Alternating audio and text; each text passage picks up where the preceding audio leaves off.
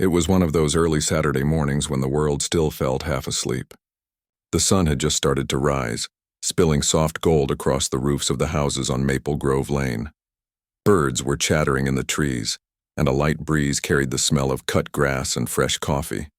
In front of one of the neat brick-front homes stood a man carefully arranging old boxes, picture frames, and small furniture under a big blue canopy.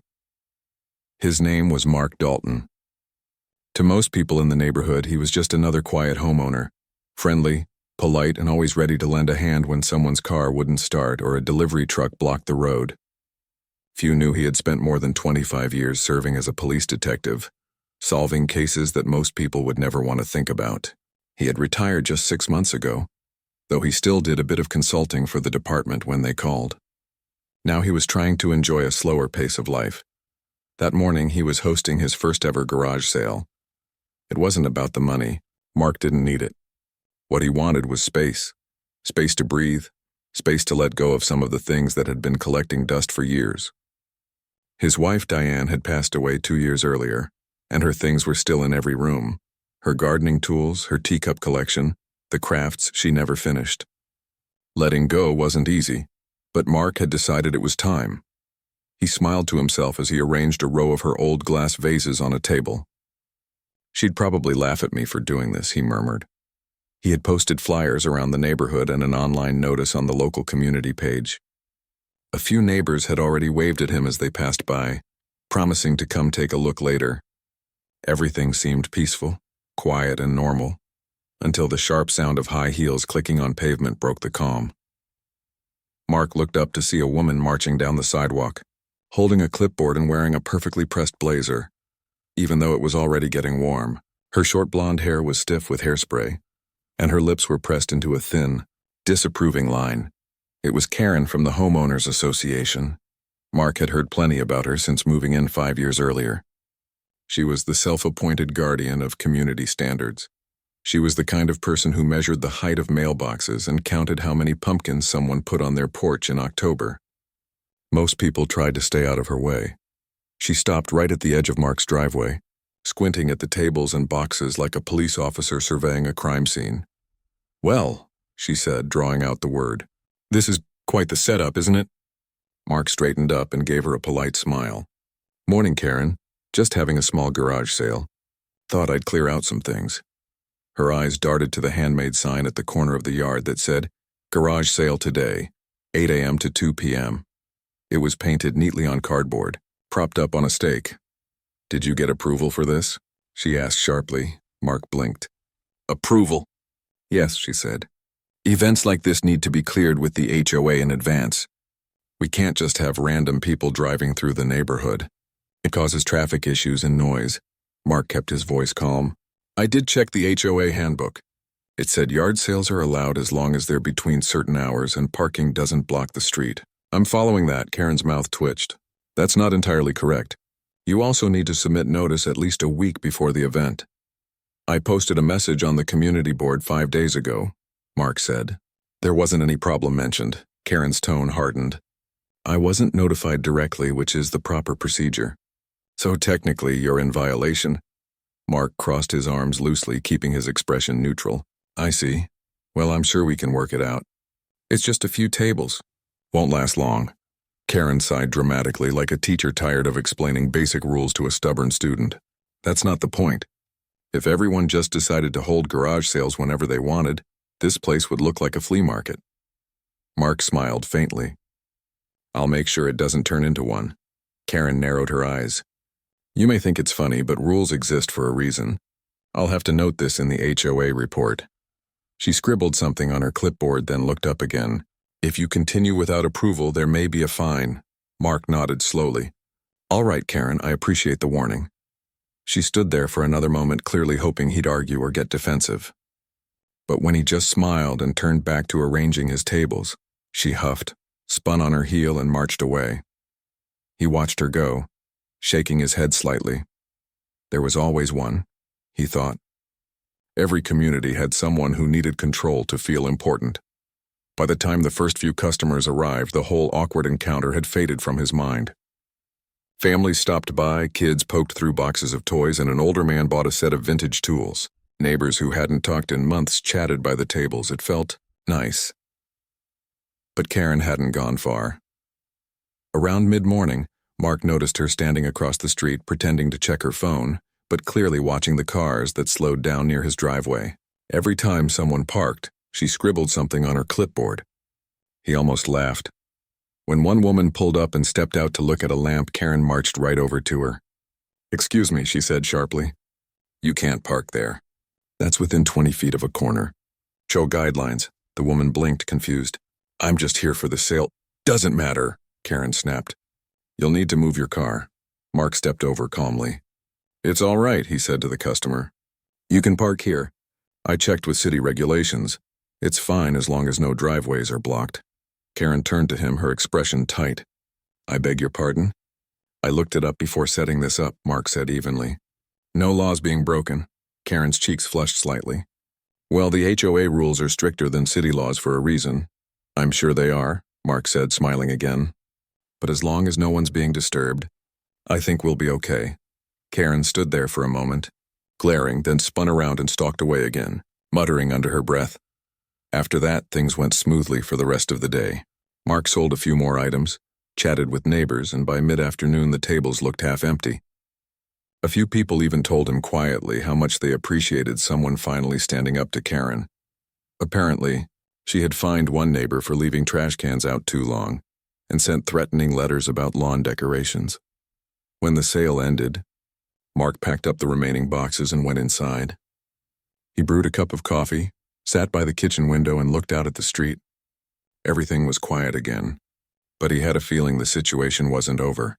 He'd seen that kind of anger before, the kind that came from people who couldn't stand being told no. That evening, as the sun dipped below the trees, he went out to bring the garage sale sign back in.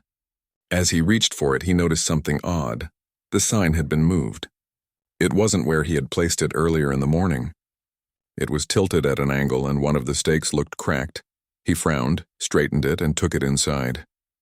Maybe a kid bumped into it, he thought. But still, something felt off. The next day, Sunday, was quiet again, until he saw Karen walking down the sidewalk with her phone in hand, taking pictures of his driveway and yard. He stepped outside.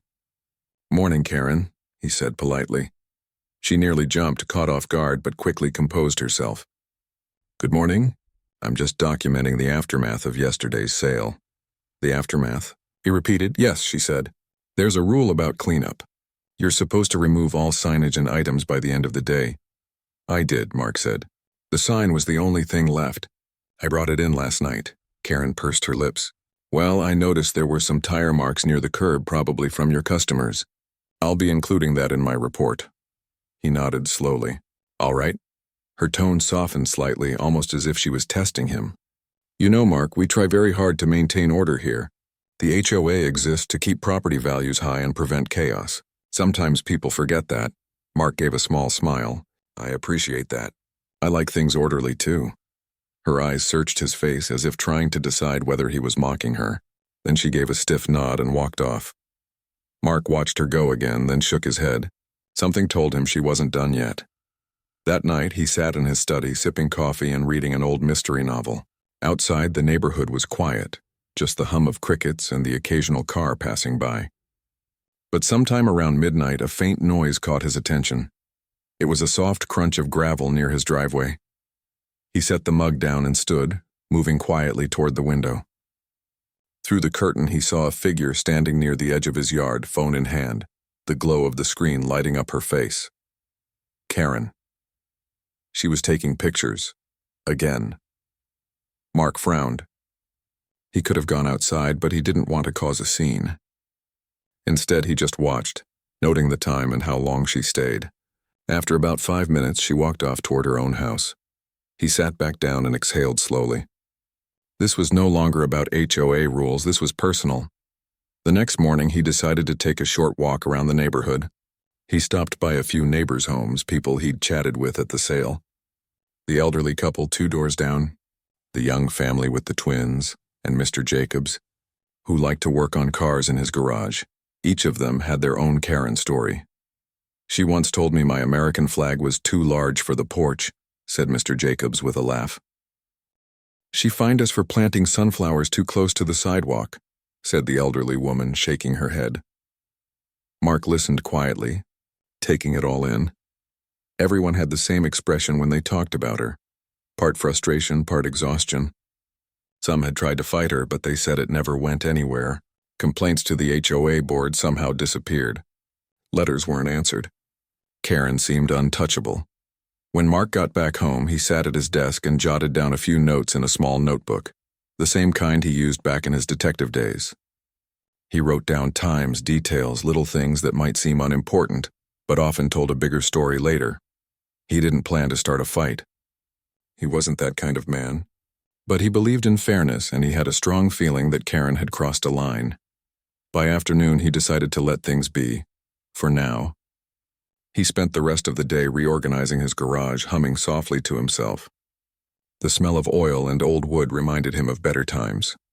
As he cleaned, he found an old photo album tucked in a box labeled Misk. He sat down and flipped through the pages, pictures of his wife smiling in the garden, family barbecues, a few old colleagues from the force. It made him feel calm again. Outside, the sun began to set, casting long shadows across the driveway. He stacked the last of the boxes neatly and closed the garage door. He thought about Karen's threats, about her obsession with control. For years, he had dealt with people who lied, cheated, and manipulated others to get their way. He recognized that same glint in her eyes, the need to dominate, to feel powerful. He had seen it in suspects, in witnesses, even in victims. But he also knew one thing very clearly. People like that always push too far eventually. He looked out the window one last time before heading to bed. The street was calm again, quiet and still. But in the back of his mind, he knew something had shifted. Karen had made this personal, and she had no idea who she was dealing with. Mark turned off the light and smiled faintly in the dark. He wasn't angry, just patient. Because if there was one thing years on the force had taught him, it was this. Sometimes the best way to catch trouble is to wait for it to come to you. The next few days passed quietly, or at least that's how it seemed from the outside. The weather was calm, the neighborhood peaceful, and most of the people on Maple Grove Lane had gone back to their usual routines. But for Mark, something felt different. Every time he stepped outside, he caught small signs that someone had been watching. It was little things at first. The garbage bin moved slightly out of place, footprints in the dewy grass near his mailbox, and once, the faint sound of a camera shutter clicking when he opened his garage door. He told himself not to jump to conclusions. Old detective instincts could make a person see patterns everywhere, even when there were none. Still, he couldn't ignore the uneasy feeling in his gut. On Wednesday morning, while he was watering the plants by the porch, he noticed Karen walking briskly down the sidewalk, her phone in hand. She stopped every few houses, taking pictures of lawns, fences, and porch decorations. When she reached his driveway, she slowed down, looked up at him, and gave a tight smile. "Good morning," she said in that clipped, overly polite tone that never quite sounded sincere. "Morning," Mark replied, keeping his voice friendly. "I see you've cleaned up after your little event," she said, eyes sweeping across his yard. "I did," he said. "Everything's back in order." "Good," she said. "We like to keep things tidy around here." There were a few tire marks near the corner last week. Caused a bit of a stir during our board meeting. Mark raised an eyebrow. "A stir?" Karen nodded seriously. "Yes. Some residents expressed concern about the traffic you caused. We're considering updating the rules about community events to prevent future disruptions." He gave a calm smile. "Sounds like a lot of paperwork." She didn't laugh. "Rules are important, Mr. Dalton. They keep our neighborhood safe and respectable." "I couldn't agree more," he said. "Though I don't remember anything unsafe happening last weekend." Karen's lips pressed together. "I'm just doing my duty. People appreciate order." "I'm sure they do," Mark said gently, "as long as that order doesn't turn into control." Karen's eyes narrowed slightly, but she said nothing more. She just gave a forced smile, turned on her heel, and walked away. After she left, Mark leaned against the porch railing, watching her disappear around the corner. He wasn't angry. If anything, he was curious. Why did someone like her care so much about small things like a few cars and a cardboard sign? He'd learned long ago that people with too much control in one area of life often lacked it in another. Sometimes the need to dominate came from fear or insecurity. Sometimes it came from a habit of power that had gone unchecked. Later that afternoon, Mark went for a walk. As he passed by his neighbors' houses, a few of them called out greetings. He noticed that when Karen's name came up, people dropped their voices or looked around before speaking. Mrs. Jones, the elderly woman who lived across the street, whispered to him over the fence, "She's been worse lately. Last month she told my grandson he couldn't play basketball in the driveway. Said it disturbed the peace." Mark nodded.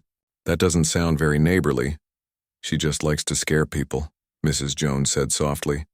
"Nobody wants to argue with her because she knows all the rules.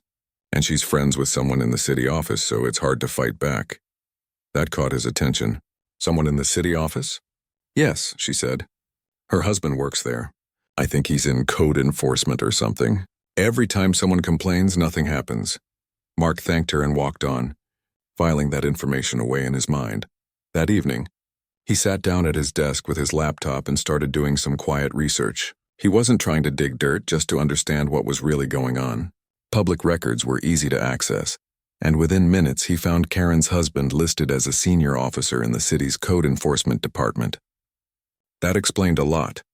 The confidence, the arrogance, the way she wielded rules like weapons. Mark didn't plan to use the information right away. He just liked to have facts, the same way he had always done in his detective days. The next morning he noticed something strange. When he stepped outside to collect the newspaper, there was an envelope tucked under his doormat. No stamp, no handwriting on the front, just his name printed neatly in block letters. He opened it. Inside was a single sheet of paper with the HOA logo printed at the top. It was a notice of violation. "Unauthorized signage placement," it read. "Failure to comply with HOA event policies may result in a fine of $150. Mark smiled faintly. He hadn't even put any signs back up. Clearly, Karen was escalating things. He set the paper down on the kitchen counter and made himself some coffee. He wasn't going to get angry over this. He had seen worse power games in his career. But it did confirm what he already suspected. Karen wasn't just enforcing rules. She was targeting him. That afternoon, he decided to take a quiet drive around the neighborhood. He wanted to see if anyone else had violations. As he rolled slowly past the other homes, he saw plenty of potential rule breakers. A garden gnome that was too tall, a car parked overnight on the street, even a faded fence that hadn't been repainted in years. But none of those houses had violation notices taped to their doors. When he passed by Karen's house, he noticed her blinds twitch slightly. She was watching him. He smiled, kept driving, and made a mental note. That evening, he called one of his old friends from the department, a man named Leonard who still worked part-time in the city records office. They talked for a while about old cases and family news before Mark casually asked, "Hey, you know anyone over in code enforcement?" "Sure," Leonard said. "Why?" "Just curious," Mark replied. "Got a neighbor who seems to know all their rules by heart." Leonard laughed. "You must be talking about the HOA type. There's a few of those in every town. Some of them even use their spouses' positions to scare people. You'd be surprised how many complaints we get about that." Mark nodded. "I'm not surprised at all." They chatted a bit longer, and Leonard promised to look into whether any recent complaints had been filed from his neighborhood. Mark didn't ask him to do anything unethical, just to confirm what was public record. The next day, Leonard called back. "You were right," he said. "There have been at least 4 complaints in your HOA over the last year. Harassment, misuse of authority, that kind of thing. All withdrawn before they reached review." "Withdrawn?" Mark asked. "Yeah, every single one. Looks like the residents backed out after a few days. Or were pressured to," Mark said quietly. "Could be," Leonard said. "You be careful, Mark. People like that can make your life miserable if they think you're challenging them." Mark thanked him and hung up. That evening, he sat on his porch with a notebook in his lap. He wasn't planning revenge. He didn't work that way. He just believed in keeping good records. He wrote down dates, times, the letters she'd sent, and everything he'd noticed. As he was writing, a car pulled up near his mailbox. Karen stepped out, pretending to adjust her phone. Then she snapped several pictures of his front yard. Mark stood and called out, "Need something, Karen?" She jumped slightly, then smiled too quickly. "Oh, I'm just documenting a few things for the HOA archives. Routine checks." "Routine?" he said, tilting his head. I didn't realize front yards required surprise photography. It's in the handbook, she said. We're required to update property visuals every quarter. Interesting, Mark said. Funny how no one else mentioned having theirs photographed. Her smile faltered. Well, I'm just doing my job. I know, he said gently. And I'm doing mine, she frowned. Yours? He just smiled and went back to his porch chair. Karen hesitated, clearly unsettled, then turned and walked away quickly. That night, Mark installed a pair of discreet motion-activated cameras on his property. Nothing fancy, just small ones near the porch and garage. He'd learned a long time ago that the best way to deal with people who liked to twist stories was to have proof. The following morning, when he checked the footage from the night before, he saw exactly what he expected. Around 11:45 p.m., a figure walked up to his driveway and pointed a flashlight toward his garage. The video was clear enough to recognize her shape, even the blazer she always wore. Karen again. He watched calmly, not angry, just patient. She was trying to find something to use against him. Maybe she thought he'd left items out or violated another rule. Instead, she was the one leaving evidence behind. The next afternoon, he printed a still frame from the video and tucked it into his notebook. Then he went about his day as usual, washing the car, trimming the hedges, saying hello to passing neighbors, but word had started to spread. Mrs. Jones mentioned that Karen had been warning people about unsanctioned activity on Mark's property. Someone else said she was collecting reports to present at the next HOA meeting. Mark didn't confront her yet. He didn't need to. He believed that people like Karen always exposed themselves eventually. All he had to do was wait. A few days later, another envelope appeared under his doormat. This one marked final warning. It accused him of non-compliance and continued violation of HOA standards, even though he hadn't done anything at all. He sat down at his kitchen table, reading it carefully. Then he smiled to himself and picked up his phone. He called the HOA office directly, not Karen's number, but the official board contact listed on the community website. When a middle-aged man answered, Mark introduced himself politely. "Oh yes," the man said. "Mr. Dalton, I heard your name come up at the last meeting. Something about an unapproved sale?" "Yes," Mark said. "I'd like to ask about that. Who actually approves community events?" "That would normally go through the board secretary," the man said. "But Karen handles most of the communication before it reaches us. She filters the applications." "I see," Mark said. "And does she also issue violation notices?" "She can draft them, but they're supposed to be reviewed by the board before sending." Mark smiled faintly. "Supposed to be?" The man hesitated. "Sometimes she acts on her own. She's enthusiastic about rules." "I've noticed," Mark said. They chatted for another few minutes.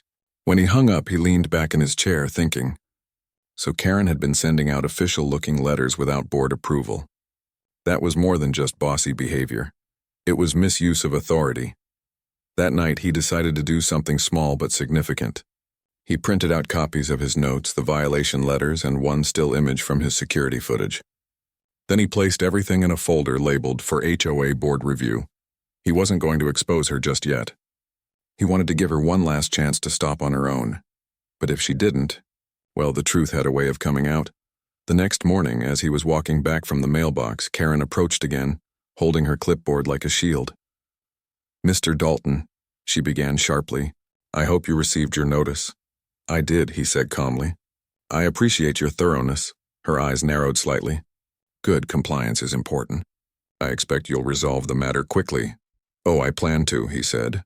"Actually, I've already sent copies of everything to the board for review. They should be receiving them today." Karen froze, the confident smile slipping from her face. "You, what?" "I just thought they'd want to see the full picture," he said pleasantly. "The letters, the photos, even the late-night visits. I'm sure they'll find it interesting." For a second, her face went pale. Then she forced a laugh. "Oh, there must be some misunderstanding. I was just following up." "I'm sure they'll understand," he said gently. "They'll see everything soon enough." He gave her a polite nod and went inside, leaving her standing on the sidewalk, frozen. Inside, he sat down by the window and took a slow sip of coffee. He didn't feel triumphant, just calm. For the first time since this started, he knew the balance had shifted. Karen had played her games too long, and now the truth was catching up. She had no idea that the quiet man she tried to intimidate was someone who'd spent a lifetime reading people, studying motives and uncovering lies. And though he didn't plan to hurt her, he was done being her target. From that point on, it was only a matter of time before things came to light. After the day he told Karen that the HOA board would see everything, things in the neighborhood changed in small but noticeable ways. The air around Maple Grove Lane felt quieter, more watchful. People seemed to linger a bit longer at their mailboxes or close their blinds a little sooner in the evening. Mark noticed it right away. Years of working in law enforcement had trained him to see when people started acting differently. He didn't need to interrogate anyone, just a few glances and quick conversations told him enough. Karen had started spreading her version of the story. A few neighbors began avoiding eye contact when he walked by. Some waved but didn't stop to chat like they used to. It wasn't anger or hatred, it was fear. People had lived under Karen's control for so long that they were afraid to be seen taking sides. Mark didn't blame them. He'd seen the same thing in small towns and offices. One person gets too much power and everyone else keeps their heads down just to avoid trouble. But he also knew that fear didn't last forever. Once people realized they weren't alone, they'd start to stand up. He just had to be patient. The week went by slowly. Every morning he followed the same calm routine, made coffee, read the paper, and checked his camera footage. Karen hadn't come near his property again, at least not visibly. But there were new tire tracks in the street near his curb, fresh each morning as if someone had been parking there late at night. He didn't mention it to anyone. Instead, he quietly made a copy of every recording and stored them on a flash drive, labeling each by date and time. It wasn't paranoia, it was habit. He believed in keeping records, not picking fights. One afternoon, while he was trimming the hedges, a man from down the street, Tom, stopped by. Tom was in his 50s, always wore baseball caps, and usually had something funny to say. But today, he looked uneasy. "Hey, Mark," he said, lowering his voice. "I heard you had a bit of a run-in with Karen." Mark smiled faintly. "You could say that." Tom glanced around before continuing. "She's been telling people the HOA might take legal action. She said you were being non-compliant and that you filed some sort of false complaint against her." "False complaint?" Mark repeated calmly. Tom nodded. "Yeah, she's saying you're trying to ruin her reputation. You know how she is, and dramatic as ever. But people are nervous. Nobody wants to get dragged into anything." "I understand," Mark said. "Thanks for letting me know." Tom hesitated, then added, "Honestly, though, good for you. Someone had to stand up to her. My wife's been fined twice for stuff that wasn't even in the rules. She just makes things up sometimes. I've noticed," Mark said with a quiet smile. "Don't worry, Tom. I'm not here to start a war. I just want fairness." Tom nodded, relieved, and they talked for a while about fishing and the weather before he left. After he was gone, Mark leaned on the hedge trimmer and stared down the street. He could feel the tension building, quiet but steady. Karen was used to controlling people through fear. But now, with him standing up to her, that control was slipping. People like her didn't handle that well. That night, he got a call from the HOA office. The same man he had spoken to before, his voice sounding a bit nervous. "Mr. Dalton," the man said, "I received your folder. We reviewed the documents and, well, it appears that some of those notices you received weren't officially approved by the board." "I figured as much," Mark said. "We're taking it seriously," the man continued. "But if you don't mind me asking, could we keep this quiet for now? We don't want unnecessary tension in the neighborhood." Mark thought for a moment. "Of course," he said. "But you should know that Karen has been visiting residents and spreading rumors. That doesn't sound like someone who's worried about tension." The man sighed. "Yes, we've heard. We're scheduling a private board meeting this weekend to address the issue. You're welcome to attend if you'd like." "I'll be there," Mark said. When he hung up, he felt something he hadn't felt in a while.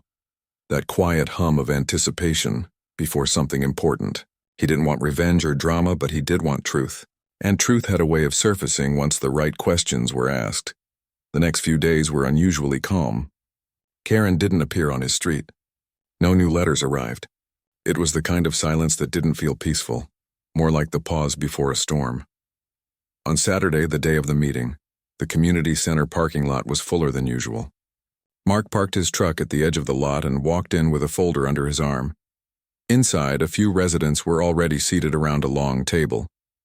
The HOA board members sat at the front, 5 people, most of them older, looking tired and cautious. Karen sat among them, her usual confident smile plastered on her face, though her eyes darted around the room nervously when she saw him walk in. "Mr. Dalton," the board chair said, motioning for him to take a seat. "Thank you for coming." "Happy to," Mark said, taking a calm seat across from them. The chair cleared his throat. "We're here to review a few recent matters, specifically regarding HOA correspondence and procedural concerns." Karen interrupted smoothly. "Yes, and to clarify a few misunderstandings that have unfortunately spread." Mark didn't speak.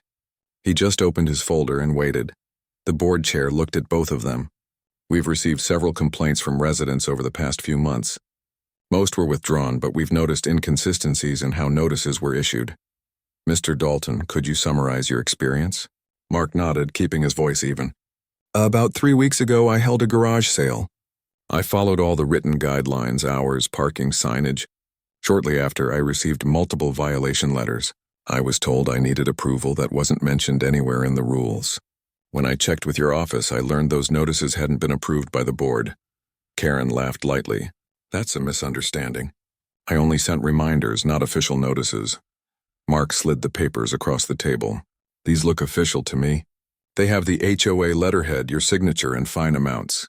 Karen blinked, her smile faltering slightly. "Well, I was acting in good faith. Sometimes the board takes too long to respond, and I just try to help things move along." The board chair frowned. "That's not your role, Karen. Notices must be reviewed and signed by at least 2 board members." Karen quickly turned defensive. "I was just doing my duty. If people actually followed the rules, I wouldn't have to step in." Mark didn't raise his voice. He just said quietly, "Taking pictures of people's property at midnight isn't duty either." Her head snapped toward him. "What are you implying?" He opened his folder again and took out a still photo printed from his security footage. "This was taken outside my house last week." Gasps went around the room. The chair leaned forward, studying the image. It wasn't blurry. The figure was clearly Karen, standing by his garage with a flashlight. Karen's face went pale. I was checking for ordinance violations." "At midnight?" Mark asked softly. The room went silent. For the first time since moving there, Mark saw the rest of the board looking at Karen not with respect, but with doubt. The chair spoke slowly. "Karen, this is serious. You've been issuing unauthorized letters, harassing residents, and possibly misusing your position." Karen's voice rose, panicked now. "You can't talk to me like that. I've worked hard to keep this neighborhood beautiful. None of you ever do anything." Mark stayed quiet. He didn't need to say another word. After a few tense minutes, the board voted to suspend Karen from her position temporarily until they could review everything fully. She stood up abruptly, gathering her papers with shaking hands. Her usual air of authority was gone. "This isn't over," she muttered as she walked past him. Mark just gave a polite nod. "Have a good day." When she left, the chair turned to him. "Mr. Dalton, thank you for bringing this to our attention. I think a lot of residents will be relieved." "I didn't do much," Mark said. "Just showed the truth." After the meeting, a few neighbors approached him in the parking lot. Some thanked him quietly. Others just gave him a thumbs up as they passed. You could feel the weight lifting off the community even if they didn't say it out loud. That evening, Mark sat on his porch, watching the sunset wash the street in orange light. He could hear the faint sound of kids playing somewhere down the block, the laughter echoing in the calm air. It felt peaceful again, truly peaceful this time. But he also knew it wasn't completely over. People like Karen didn't just give up. They regrouped, waited, and tried to come back stronger. And he was right. The following week, she was gone from the board, but her presence still lingered. Small rumors floated around, that she was planning to appeal the decision, that she was threatening to sue, that her husband was making calls downtown. Mark didn't pay much attention.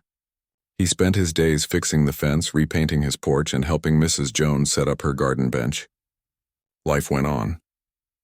But one evening, just as the sun was setting, he found an envelope in his mailbox again. No return address, no handwriting, just his name, printed neatly like before. He opened it. Inside was a single note that said, "You shouldn't have messed with the wrong people." He stared at the paper for a moment, then folded it carefully and slipped it into a plastic sleeve for safekeeping. He wasn't afraid, just alert. The handwriting was printed using a typewriter-style font, probably done on a home printer.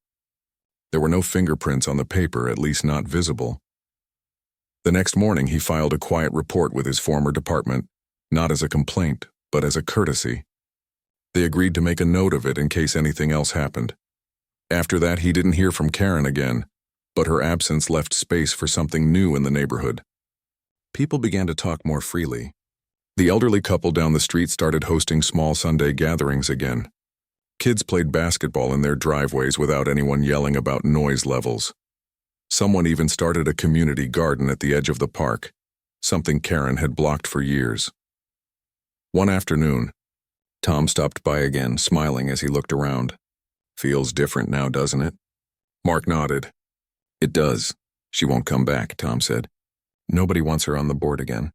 And the city's probably keeping an eye on her husband now, too." Mark didn't respond right away. He just smiled faintly and said, "People usually reveal who they are when they think they're untouchable."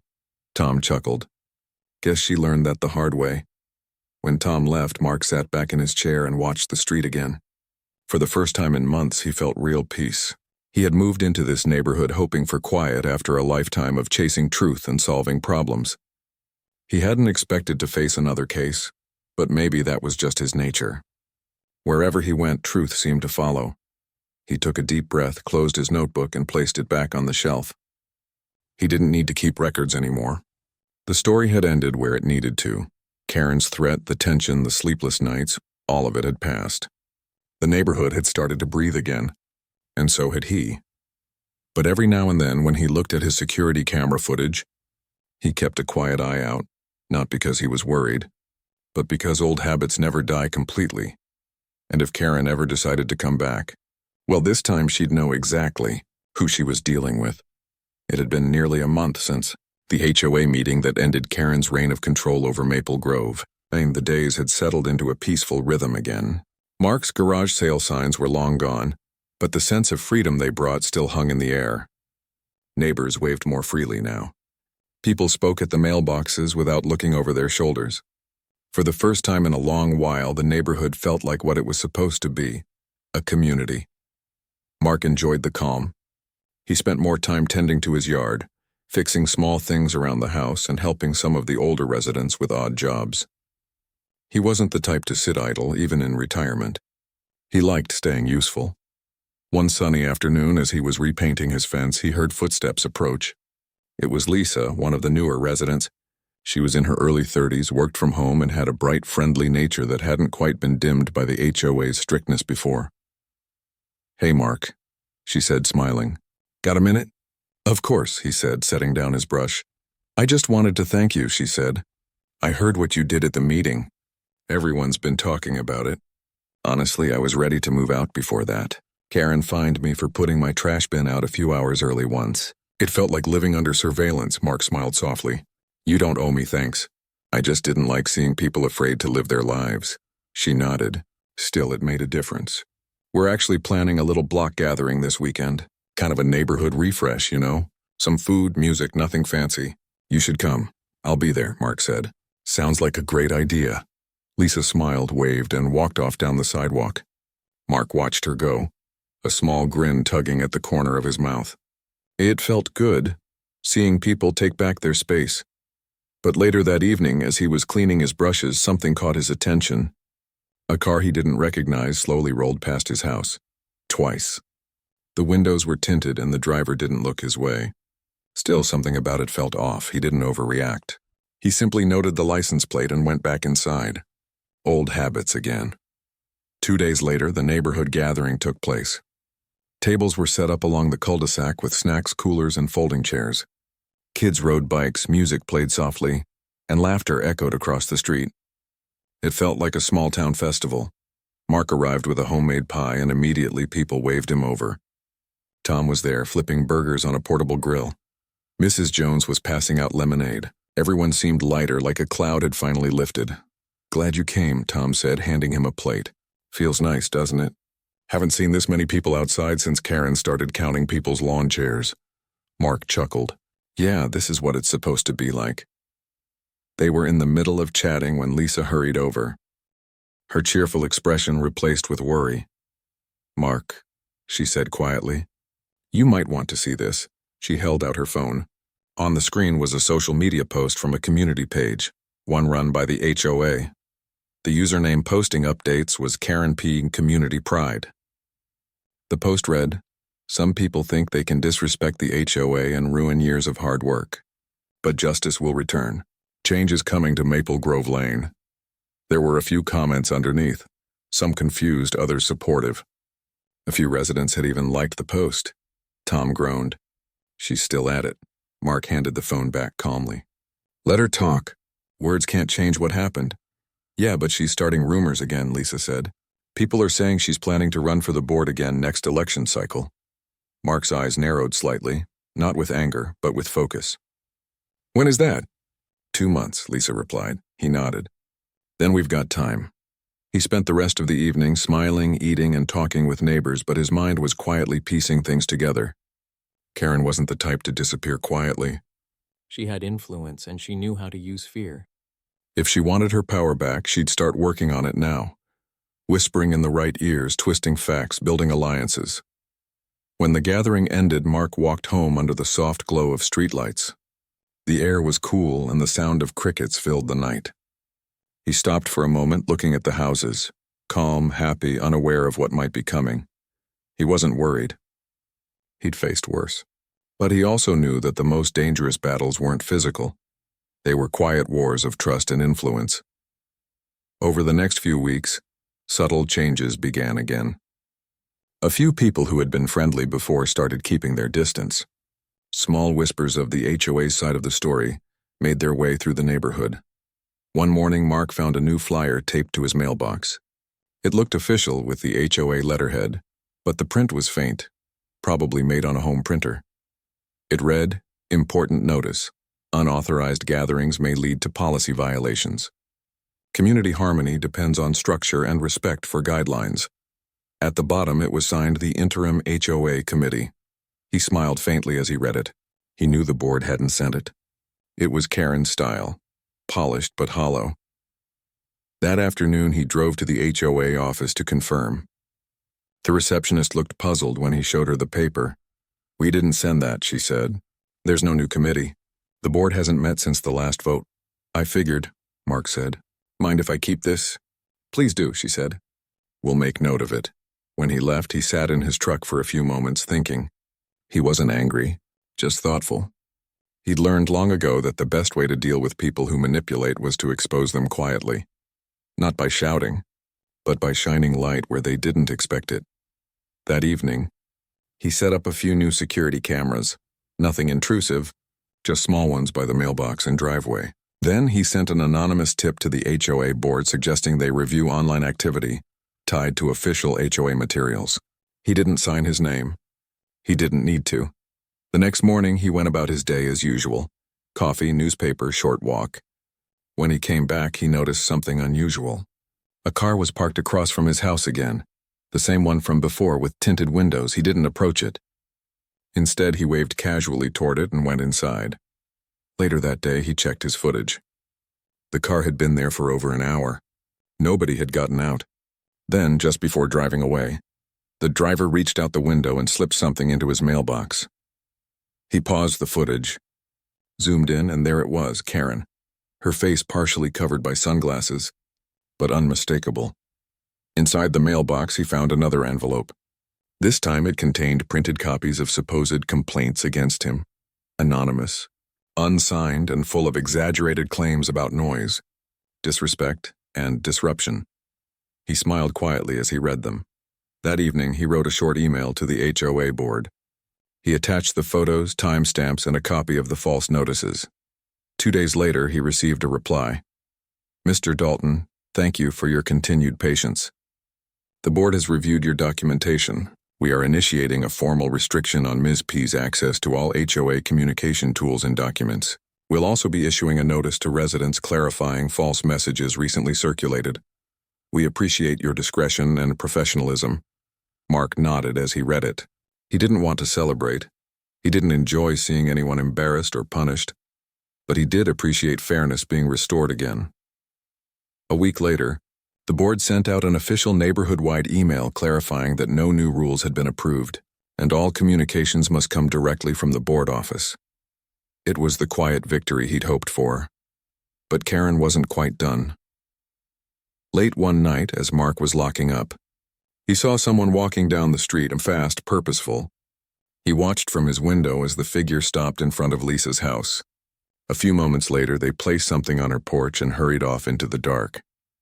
The next morning, Lisa showed up at his door holding a small envelope.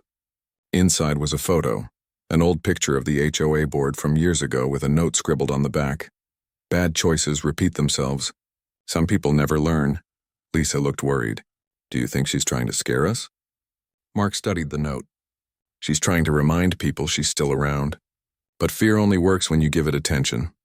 He told her to keep it just in case, but not to engage. Let her talk into the void, he said with a calm smile. Eventually, she'll run out of echoes. In the following days, the board took stronger steps. They filed a formal warning with the local authorities about Karen's harassment. She was told not to contact or impersonate the HOA in any way. After that, the messages stopped completely. When the next board election came, her name was nowhere on the ballot. She had moved away quietly a few weeks earlier, leaving her once immaculate house empty, a for sale sign standing in the front yard like a quiet monument to her downfall. On the evening the sign went up, Mark walked by on his way home from the park. He paused for a moment looking at the dark windows. He didn't feel triumphant, just reflective. Some people build walls around themselves made of control and fear. When those walls finally fall, they have nowhere left to go. A few weeks later, the house sold to a young couple with a baby on the way. The wife waved at Mark when they moved in, and he waved back, genuinely happy to see life return to that corner of the street. The neighborhood had truly changed now. The lawns were greener, the laughter louder, and the sense of community stronger than ever. One Saturday morning, the board held a small appreciation breakfast for residents who had contributed to restoring harmony. They invited Mark to say a few words. He didn't want to make a speech, but they insisted. So he stood in front of everyone holding a cup of coffee and said simply, "I didn't do much. I just stood up when something didn't feel right. But the truth is, none of this worked because of me. It worked because people stopped being afraid. A neighborhood isn't about rules, it's about respect. And once you have that, everything else falls into place." The room filled with applause, and for a moment, Mark felt something he hadn't felt in a while. Contentment. Not pride, not relief, just quiet contentment. As he walked home that afternoon, the sun shining over the rooftops, he thought about how life had a way of testing people in small, unexpected ways. He'd spent a career solving big cases, but this little corner of life, this small neighborhood struggle, had taught him something deeper. Sometimes the hardest fights weren't against crime or corruption, but against everyday unfairness, the kind that wears a smile and hides behind polite rules. And in the end, kindness and truth had been enough to win. When he reached his porch, he looked up at the clear sky and took a deep breath. The street was quiet again, peaceful, not because people were scared into silence, but because they finally felt free. He picked up his newspaper, smiled to himself, and went inside. Months had passed since Karen's house was sold, and the memory of all the trouble she had caused slowly faded into the background of Maple Grove Lane. The neighborhood that had once been tense and divided now felt like a family again. People smiled more, laughed more, and finally trusted each other. For Mark, life had settled into a calm rhythm. Every morning he woke up before the sun, made coffee, and sat on the porch as the world around him stirred to life.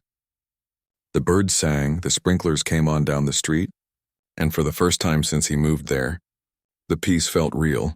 Sometimes he still caught himself expecting something to go wrong, a leftover habit from years of being on alert as a detective. But nothing did. The neighborhood had changed for the better, and he could feel it in the smallest moments. The new family who moved into Karen's old house fit in perfectly. They were kind, cheerful, and eager to be part of the community. The husband often waved when he mowed the lawn, and his wife baked cookies for everyone during their first week. The sound of a baby laughing sometimes floated out through the open windows. a sound Mark hadn't heard on that side of the street in years. One afternoon, while Mark was fixing a loose hinge on his gate, the new neighbor stopped by. "Hey, you must be Mark," the man said, smiling. "I'm Ryan. I just wanted to say thanks for helping everyone keep this place so nice. I've heard stories about what this neighborhood used to be like before we got here." Mark chuckled.